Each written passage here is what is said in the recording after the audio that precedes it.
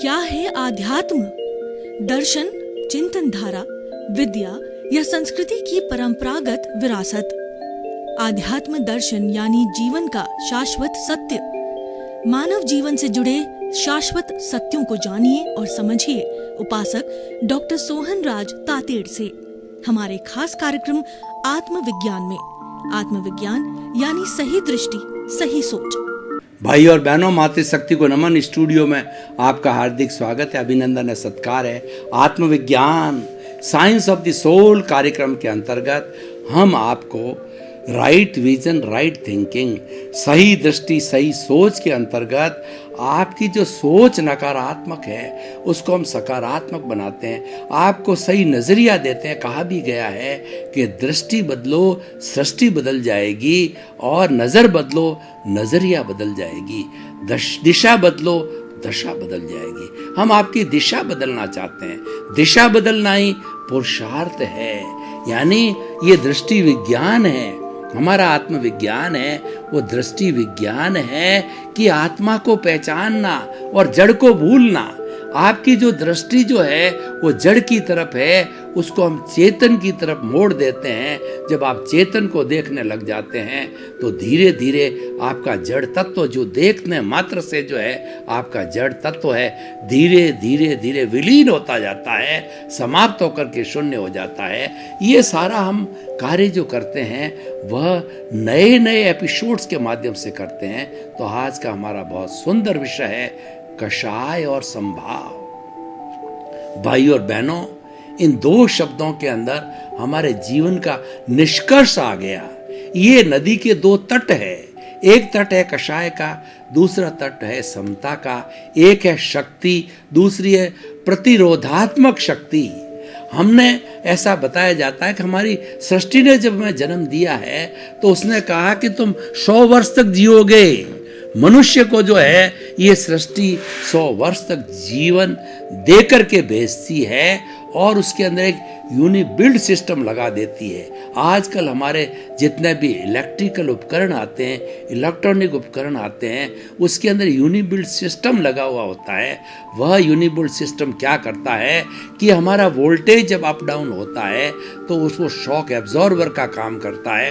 वो शॉक्स को झेल देता है, और यानी उस जो हमारे इलेक्ट्रॉनिक उपकरण को, चाहे हमारा प्रेस हो, चाहे हमारा टीवी हो, हमारा कैमरा हो या कोई भी मोबाइल हो, उसको जो है वो नष्ट नहीं होने देती, जलने नहीं देती है।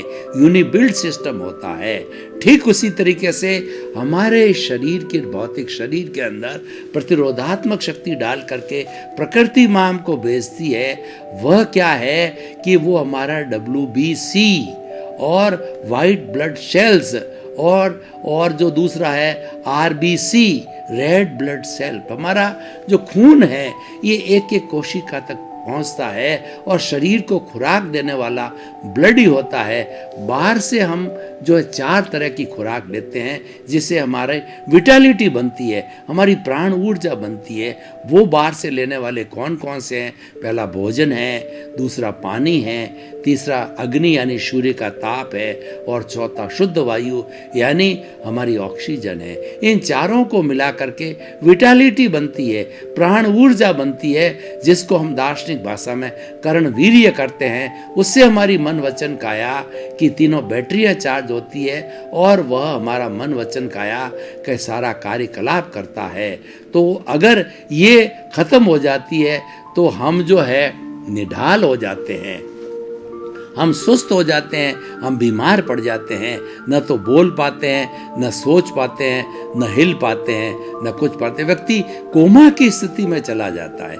ये कोमा की स्थिति और पैरालिसिस की जो स्थिति होती है, इसका मतलब इसका कर्णवीर्य कमजोर है, इसकी विटालिटी कम है, इसकी प्रतिरोधात्मक शक्ति है। व्यक्ति बीमार कब पड़ता है कि प्रतिरोधात्मक शक्ति जो है उसकी कम हो जाती है। हमारी वाइट ब्लड सेल्स है, ये सोल्जर्स है। बाहर से कोई भी हमारा जर्म्स हमारे भीतर भोजन या पानी के माध्यम से गया, ब्लड के अंदर मिला, तो ये जो है लड़ाकू जो हमारे सोल्जर्स की तरह आकर करके उसको जो है टॉक्सिन्स को जो है उस जर्म को है उस वायरस को उस पर झपटते हैं और उसको समाप्त कर देते हैं और हम बीमार नहीं पड़ते हैं। इनकी उम्र बहुत कम होती है, वाइट ब्लड सेल्स की उम्र होती है अधिकतम 90 दिन की होती है, ये फिर मरती है और फिर नई पैदा होती है।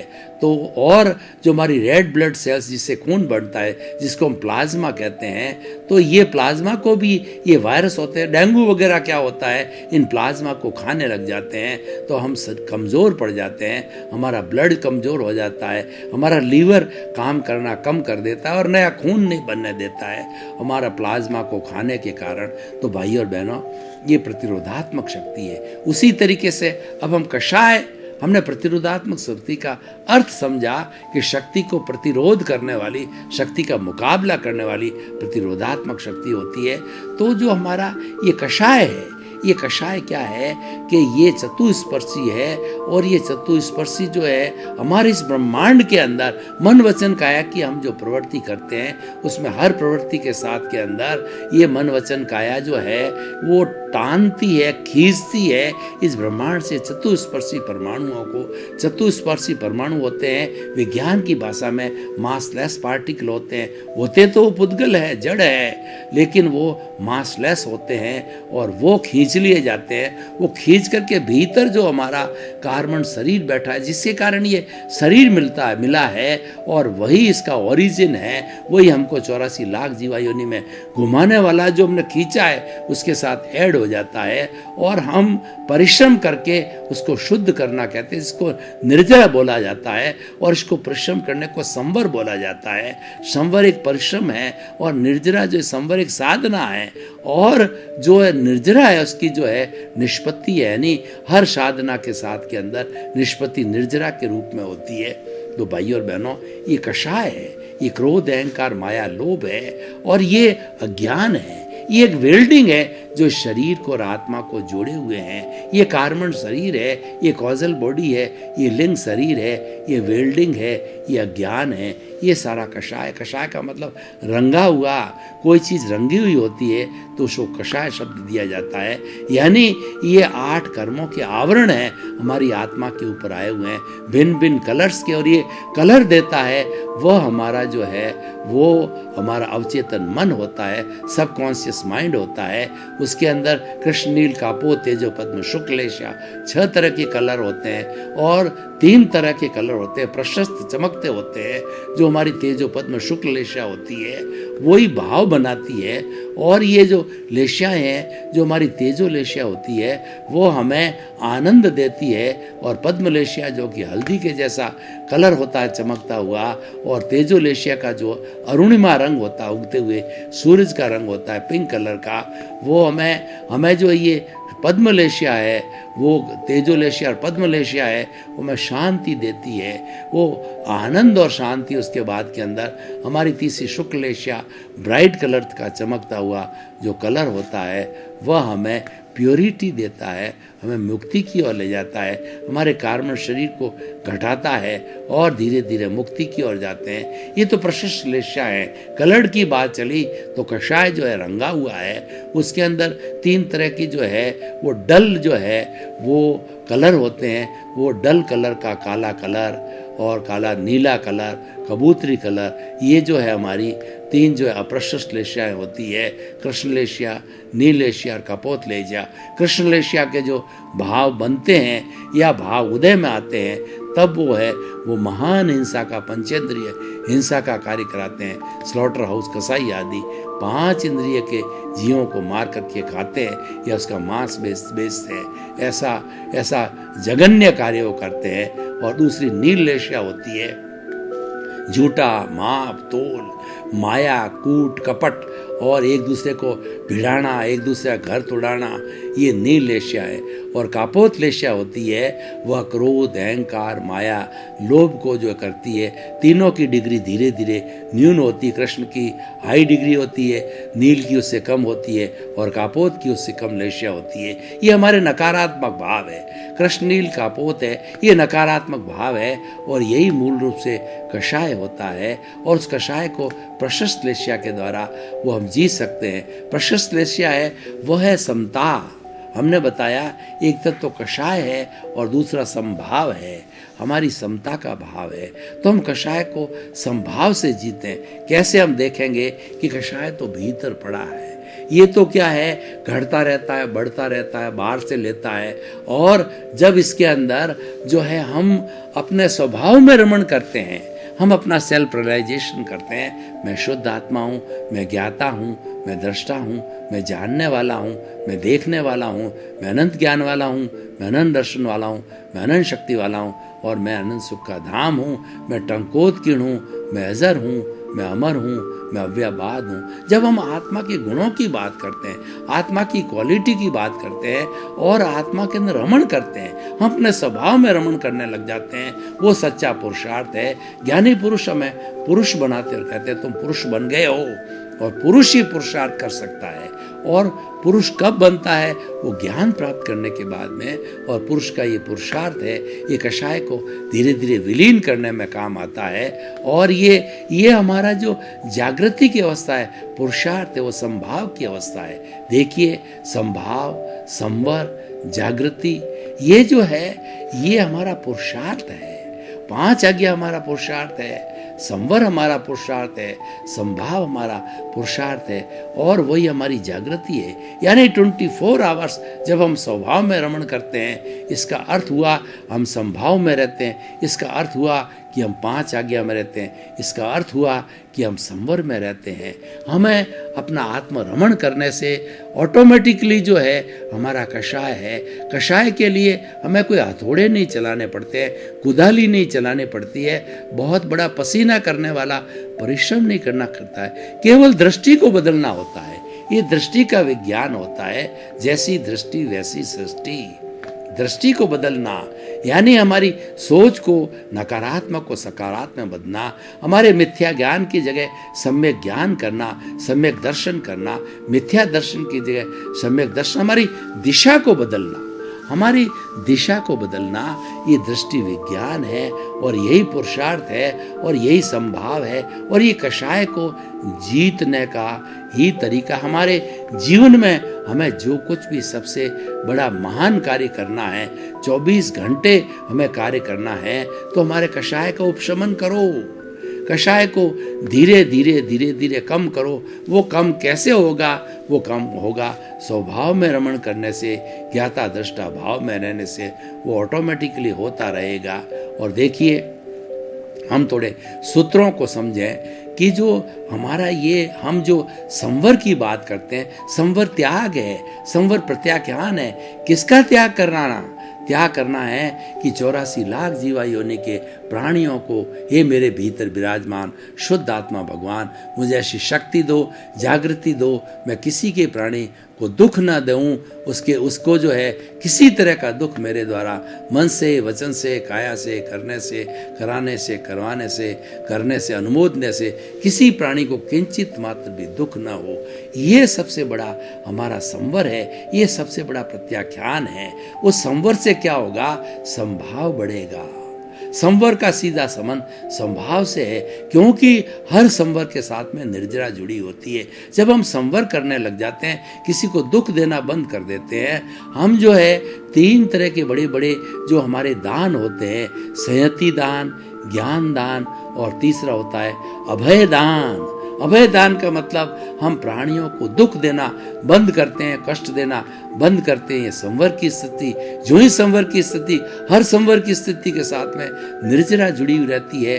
तो जो ही हमने किसी को दुख देना बंद किया, उसके प्रति जो है शुभ भाव रखे, तो त्यों ही हमारी निर्जरा चालू हो जाती है। और ये निर्जरा जो ही चालू होती है, त्यों ही धीरे धीरे जो हमारे कषाय को, हमारा कार्मण शरीर को, राग द्वेष को धोने लग जाती है। ये बड़ी साधना है। ये हमारा कषाय जो है, ये कार्मण शरीर है, ये धुनने लग जाता है। ये धुनता कब है? कि हम स्वभाव में रमण करने लग जाते हैं। अब हम संभाव की बात करें तो देखिए, संभाव क्या है? संभाव को कैसे जनरेट करना कि हम प्राय दूसरे व्यक्ति को दोषी देखते हैं, जबकि इस दुनिया के अंदर कोई दोषी है ही नहीं है। दोषी है तो मैं स्वयं हूँ। स्वयं के दोष देखो, दूसरे के गुण देखो। दूसरा मेरे लिए दोषी हो ही नहीं सकता, दूसरा मैं न करता हो सकता हूँ, न किसी को दोषी देखने कि मुझे जो है वह इस प्रकृति ने किसी तरह की पावर, दोषी कोई होता ही नहीं है। संपूर्ण ब्रह्मांड है वह वीतराग है, और 84 लाख जीवा योनि के प्राणी मेरे लिए वीतराग है। और मेरी स्वयं की आत्मा जो मूल आत्मा है, शुद्ध आत्मा है, वह वीतराग है, वो परमात्मा है।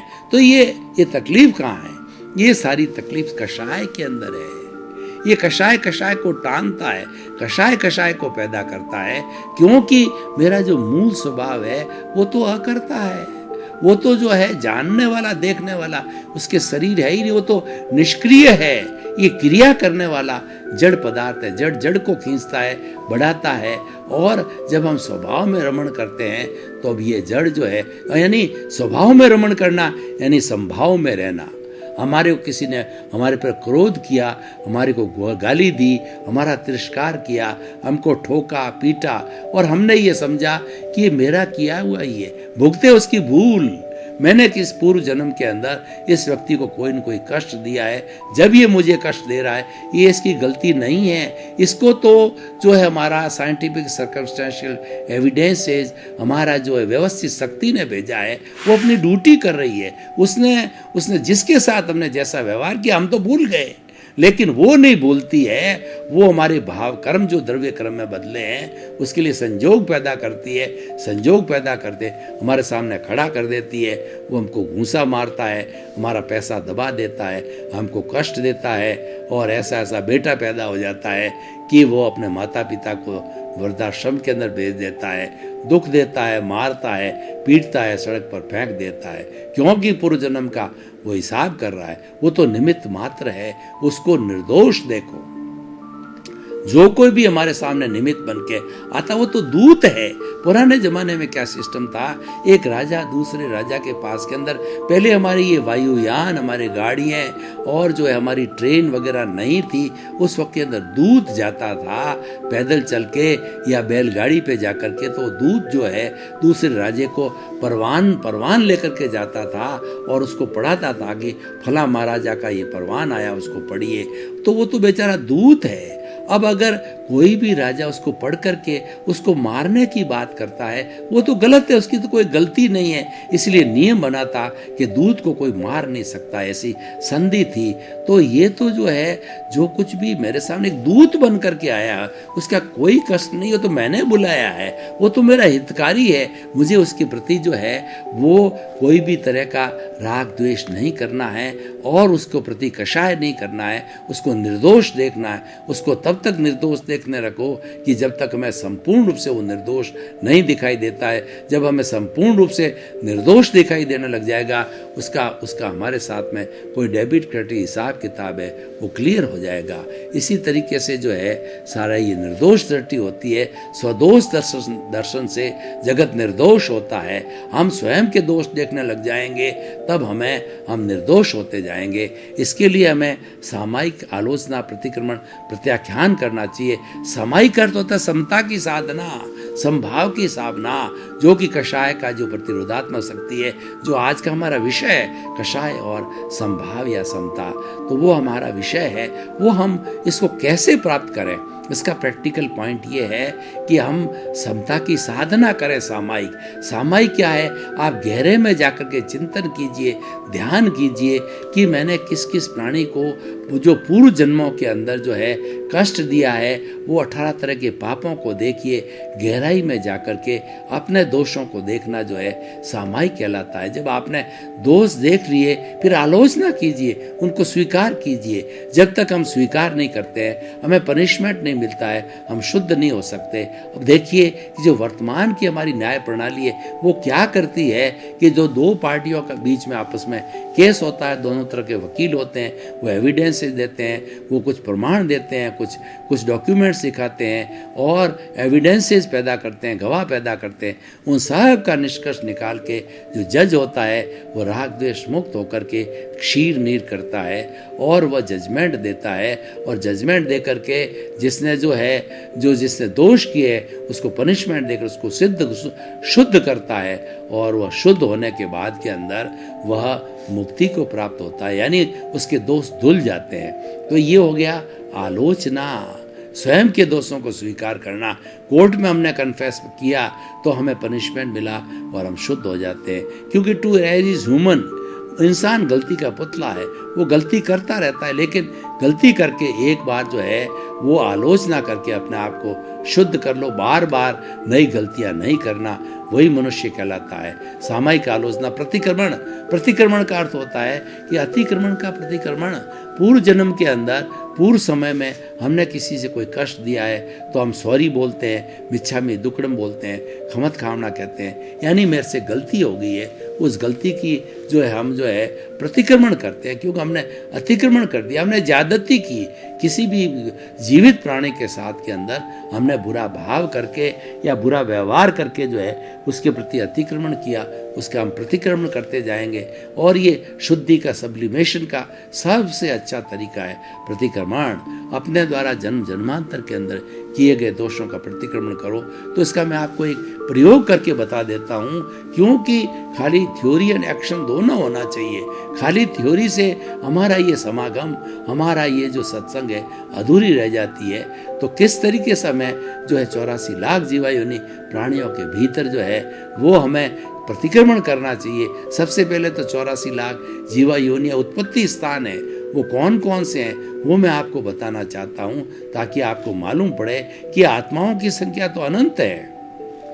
जो कि कषाय से रंगी हुई है वो बद्ध आत्मा है, और हमारा जो लक्ष्य होता है उस बद्धता को हटा करके, उस कषाय को समाप्त करके, उस प्रकृति को समाप्त करके हमें शुद्ध होना है। यानी हमें शुभ और अशुभ से हट करके शुद्ध अवस्था को प्राप्त होना है। और जब आत्मा शुद्ध हो जाएगी, इसका मतलब एक परमाणु भी कषाय का बाकी नहीं है, कार्बन शरीर का बाकी नहीं है, द्रव्य 8 तरह के कर्म और 148 प्रकृतियों का एक भी द्रव्य परमाणु बाकी नहीं है, पुद्गल बाकी नहीं है। तो आत्मा अपने मूल स्वरूप में प्राप्त, विराट स्वरूप में प्राप्त होकर के सिद्ध, बुद्ध और मुक्त हो जाएगी। तो भाई और बहनों, हम बात कर रहे थे कि किस तरीके से हम प्रतिक्रमण करें। तो मैं आपको उदाहरण बताता हूँ कि आप दोनों आंखें बंद, और हमारी रीढ़ की हड्डी की तरह, हमारी एंटीना की तरह रीढ़ की हड्डी सीधी रहे, और दोनों हाथों के हथेलियां हैं वो ध्यान मुद्रा में रहे। अब आप थोड़ा सा पहले का अवसर कीजिए, अपने चित्त को पूरे शरीर में घुमाइए, और श्वास को शिथिल कीजिए। हम थोड़ा श्वास को लंबा लीजिए।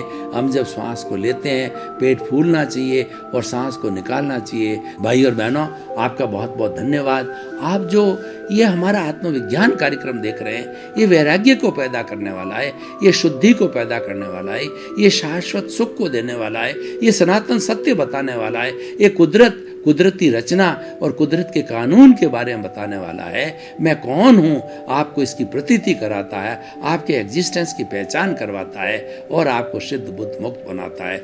इसी क्रम में आपका जीवन आनंदमय हो। आत्मविज्ञान में, आत्मविज्ञान यानी सही दृष्टि, सही सोच।